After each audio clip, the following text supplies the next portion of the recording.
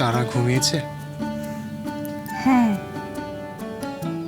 ও তোমাকে বেশি জ্বালাতন করে না, তাই না? দেখবে বড় হয়ে খুব শান্ত একটা মেয়ে হবে, ঠিক তোমার মতো। মেয়েরা শান্তই হয়, ছেলেরা একটু দস্যি হয়। ঘুমাতোই না, সারা রাত জ্বালাতন করত। তুমি কিছু ভুল বলনি মনিব। আমিও ছোটবেলায় নাকি তেমনটাই ছিলাম। মা পিসিমাকে নাকি খুব জ্বালিয়েছি। মা বাবার হয়তো এই জ্বালাতনটাই ভালো লাগে। তা তো লাগেই, তা অস্বীকার করার উপায় কোথায়? তারার যদি একটা ভাই হয় তাহলে তো আপনারও ভালো লাগবে, তাই না? হ্যাঁ,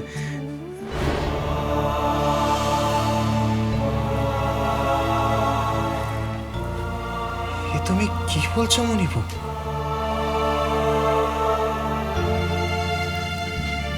আমি তো আজ অব্দি আপনার কাছে কিছু চাইনি, আজ চাইছি।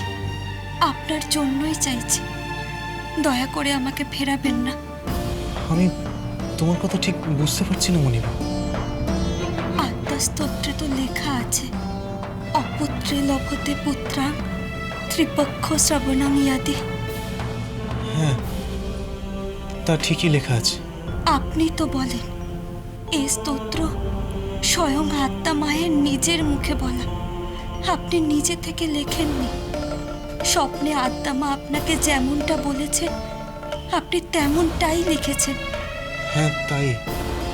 আপনি তো বলেন আত্মাস্তোত্র ধ্রুবতারার মতো সত্যি। অবশ্যই। তাহলে তাহলে আমিও তো প্রতিদিন ত্রিসন্ধ্যা আত্মাস্তোত্র পাঠ করি, আজ নয়, দীর্ঘদিন ধরে। তাহলে তাহলে আমারও তো পুত্র লাভ হওয়া উচিত।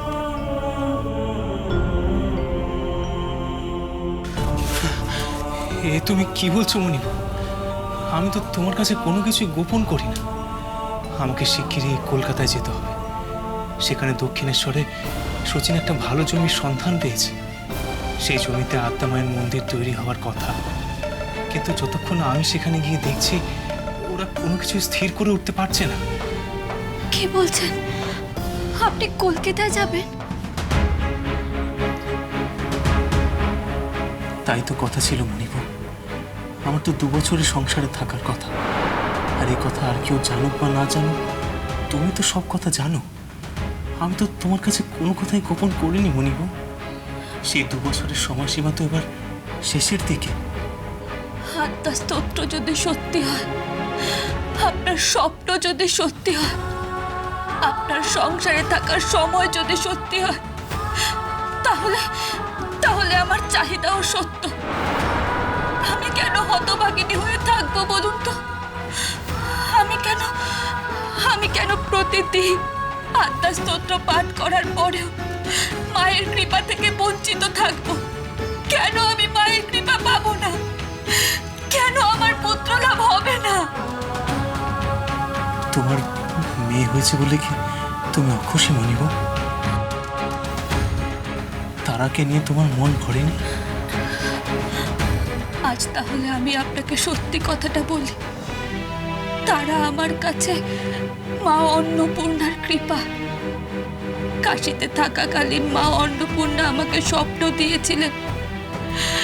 স্বপ্নে এসে বলেছিলেন উনি আমার গর্ভে আসবেন, আমার কন্যা সন্তান হয়ে। মা অন্নপূর্ণা? হ্যাঁ মণিকুন্তলা, আমি তোর প্রার্থনায় সন্তুষ্ট হয়েছি।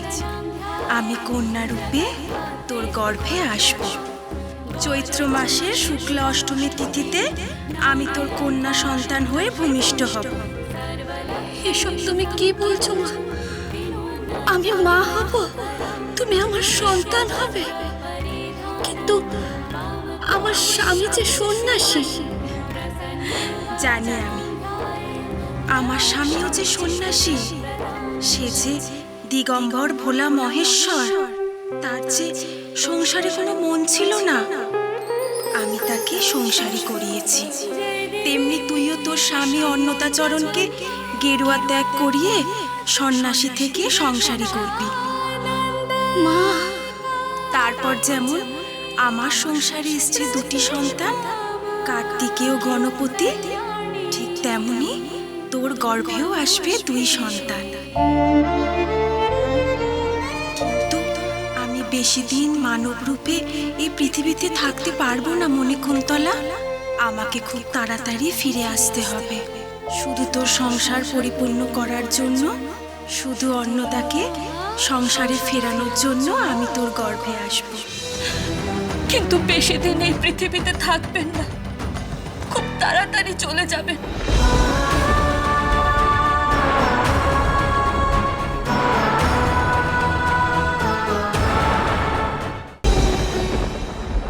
ও অন্নদা, অন্নদা, তোকে এমন লাগছে কেন রে বাপ? কি নিয়ে এত ভাবনায় পড়লি? তুমি সত্যি করে বলতো, তুমি কে? পেছনের কি ছিরি কেন রা? তুই জানিস নে আমি কে? না, আমি বুঝতে পারছি না তুমি কে। তুমি কি আদৌ আমার গুরু, আমার পথপ্রদর্শক, নাকি গোলক ধাঁধার মধ্যে আমাকে ঘোল খাওয়ানোই তোমার উদ্দেশ্য? আমার শত্রু তুমি, কোনটা? আমি তোর শত্রু হতে যাবো কেন? হ্যাঁ, তোর কোন ক্ষতিটা আমি আজ অব্দি করেছি বল দেখি? বারবার তুমি আমাকে মায়ার সংসারের মধ্যে বাঁধতে চাইছো কেন? তোর পাগল, যত বজ্র আঠুনি তত ফসকা কেরো। এই মায়ার বাঁধন তুই যখন চাইবি তখনই কাটাতে পারবি। না, আমি পারছি না, আমি পারছি না ঠাকুর। আমি বারবার সংসারের মায়ার বাঁধনে জড়িয়ে যাচ্ছি। আমি একবার চেষ্টা করলাম বাবা মার বন্ধন কাটাতে, তাই জন্য নিজে চিকিৎসা না করে কবিরাজকে ডেকে আনলাম। কিন্তু ওরা ফের হামদার ছুড়ে বসলো আমার সঙ্গে গঙ্গা তীরে যাবে বলে। এর অর্থ কি ঠাকুর? একবার মেয়ের ভাব হয়ে ভাবলাম এই বুঝে আমার স্ত্রীর প্রতি সব কর্তব্য মিটল। কিন্তু মণিবৌ তো আমাকে আদ্যাশ্রুত উল্লেখ করে আমার কর্তব্য পালন করতে বলছে ঠাকুর। এর মানে কি? যতবার আমি সবকিছু গুছিয়ে সংসার থেকে বেরিয়ে আসতে চাই, ততবার সংসারের মায়ার ভাদুর আমাকে আষ্টে পৃষ্ঠে জড়িয়ে ধরতে চাইছে। কেন ঠাকুর, কেন? এসব এসব তোমার জন্যই হচ্ছে, এসব তোমার চক্রান্ত। তা যদি বলিস তাহলে পুরোপুরি অস্বীকার করি কেমনে? তা মা বাপ যদি গঙ্গার তীরে যেতে চায় তাহলে নিয়ে যাবি। গঙ্গার তীর মানে কি শুধু দক্ষিণেশ্বর? আরো ঢের জায়গা আছে, সেখানে রাখবি। তুই তোর মতো কাজ করবি আর ওরা ওদের মতো থাকবে। গোল চুকে গেল। আর মনি বউ বড় ভালো মেয়ে, লেখাপড়া শিখেছে, সে তো ঠিক কথাই কয়েছে রা। তুই মায়ের মন তোড়ে এক কথা আউড়বি আর কাজে অন্য হবে, তা তো হতে পারে নে। তোকে আজ একটা গপ্প বলি শোন। এক কোপড়ে ছিল, এক রোগী এলো তার কাছে ওষুধ চাইতে। কোবরেজ বলল পরদিন এসো। আর রুগী বললে এত দূর থেকে এসেছি, আবার কাল আসতে হবে। কোবরেজ বলল হ্যাঁ। রুগী আর কি করে, পরদিন ফের এলো। কোবরেজ বললে তুই এখন থেকে আর গুড় খাবি নে, এই তোর ওষুধ। আর রুগী তো শুনে আকাশ থেকে পড়লে। এই কথাটুকু কাল বলতে পারলে নে আমাকে? এই এতটুকুর জন্যে মিচি মিচি এত দূর পথ পাড়ি দেওয়ালে? কবিরাজ হেসে বললে কাল বললে তো তুমি শুনতে নেই, কারণ কাল আমার ঘরে অনেকগুলো গুড়ের নাগড়ি ছিল। তুমি ভাবতে শালা কোবরেজ নিজেই গুড় খায় আর আমাকে গুড় খেতে বারণ করলে। তাই নাগরিগুলো সব শরীরে ফেলে আজ আসতে বললুম। ওই কোবরেজের মতোই তোর অবস্থারা।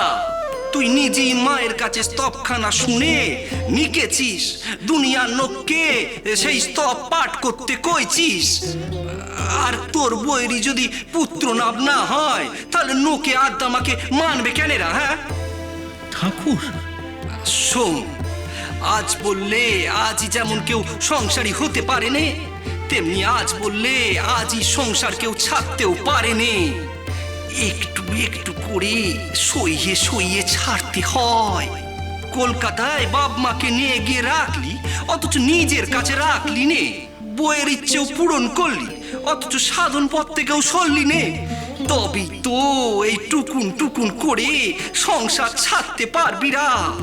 ঘরামি ঘর ফুটো হলে চলবে কেমন করে রা? হ্যাঁ, মনি বইয়ের ইচ্ছে কানা পূরণ করিস, তাতে তোর মায়ার বাঁধন কাটতে কোনো অসুবিধে হবে না রে। তুই নিশ্চিন্তে থাক। আদিশক্তি আদ্যাপি সোম থেকে শনি সন্ধ্যে ৭টায় আকাশ আট ও প্ল্যাটফর্ম 8-এ।